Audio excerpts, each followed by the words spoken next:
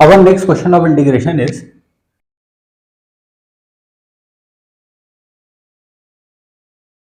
sin x raised to the power 8 minus cos x raised to the power 8 whole divided by 1 minus 2 sin square x cos square x। ठीक है, अब यहाँ पे हम फिर से देख रहे हैं कि न्यूमरेटर में इवन पावर है, बीच में माइनस साइन है, तो that is we can use a square minus b square identity. Okay, that is a square minus b square is equal to a plus b into a minus b. ठीक है, okay. अब यहां पे note कीजिए कि इसको अलग से स्प्लिट कर लेते हैं। ठीक है,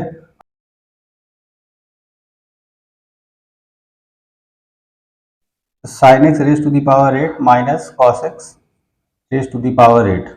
ओके, इसको हम लोग लिख लेते हैं। ऐसा क्यों कर रहे हैं, सेपरेट क्यों कर रहे हैं, वरना बार बार पूरा हमको एक्सप्रेशन कॉपी करना पड़ेगा। ठीक है, तो इसलिए इस पार्ट को अलग से सेपरेटली सॉल्व कर लीजिए तो थोड़ा सा इजी हो जाएगा। ठीक है, तो that is we can write like this. यहाँ पे भी cos x raise to the power 4 का होल स्क्वायर कर देंगे। तो अब देखिए a square minus b square के फॉर्म में आ गया, तो what will get a plus b, तो that is cos x raised to the power 4 and a minus b, so that is sin x raised to the power 4 minus cos x raised to the power 4। ठीक है, अब यहां पे देखिए ये ऐसे रहेगा।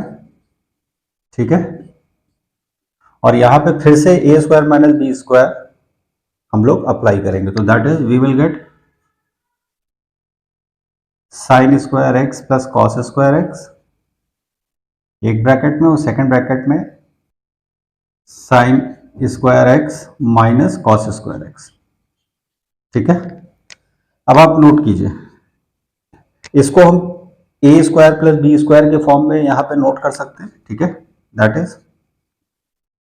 Sign square x whole square plus cos square x whole square, और यहां पे ध्यान दीजिए ये ए स्क्वायर है ये बी स्क्वायर है, तो हमें क्या चाहिए 2ab, तो दैट इज 2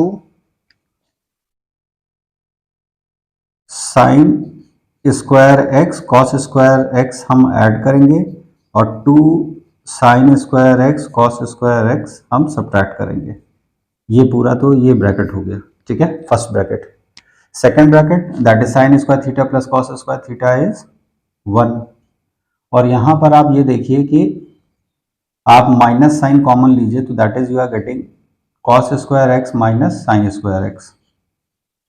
ओके, अब यहां पे आप नोट कीजिए a square plus b square plus 2ab, हम प्लस वाला क्यों ले रहे हैं, ये sine square theta plus cos square theta के फॉर्म में आ जाएगा। ओके, तो that is we are getting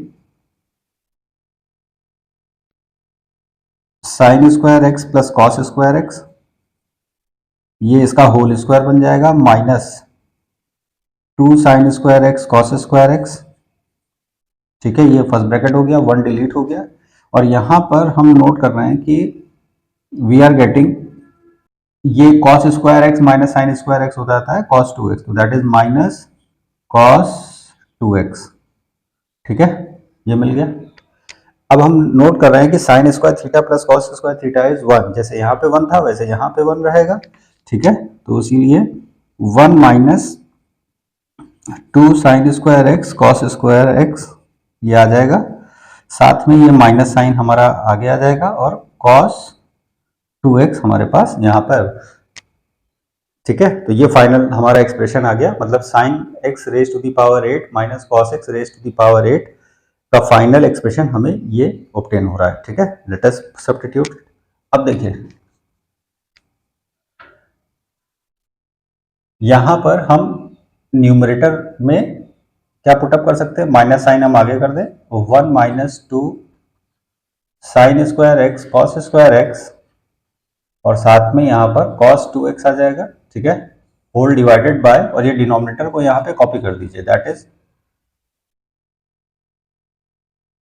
2 sign square x cos square x, और ये dx यहाँ पे लिख लीजिए। देखिए अगर ये सेपरेट हम नहीं करते तो ये सारे एक्सप्रेशंस के साथ हमको ये डिनोमिनेटर dx और इंटीग्रल का साइन बार बार लिखना पड़ता, तो ये काफी लेंदी और टिपिकल क्वेश्चन लगने लगता। तो इसको आपने अलग से सिंप्लीफाई कर लिया, तो देखिए ये सेकंड स्टेप में ही हमारा काफी सिंप्लीफाई हो गया, ठीक है ना। तो this will be the fair work, अगर आप एग्जामिनेशन कॉपी में करेंगे तो this will be the fair work, लेकिन इसको थोड़ा सा सेपरेट आप दिखा दीजिएगा, ठीक है, उसी पेज पर। माइनस, अब देखिए आप देख रहे हैं कि ये दोनों फैक्टर सेम है, okay, so both these factors are getting cancelled, what we are left with minus cos 2x dx।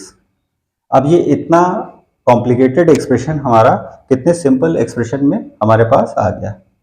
अब इजिली आप जानते हैं कि integration of cos ax plus b, तो कॉस x का इंटीग्रेशन आपके पास होता है साइन ax प्लस बी, तो दैट इज साइन 2x यहाँ पे आ जाएगा, और x के कोफिशिएंट से डिवाइड करते हैं तो दैट इज दिस।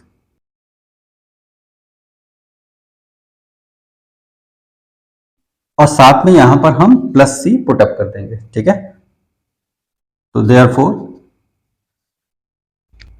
ये जो इंटीग्रल हमारा आई था, ठीक है, मतलब जब भी आप इंटीग्रल स्टार्ट करें तो अगर आई नहीं गिवन है तो आप आई सपोज कर लें, लेट आई करके, और लास्ट में जिससे लिखने में इजी हो जाता है हमारे लिए।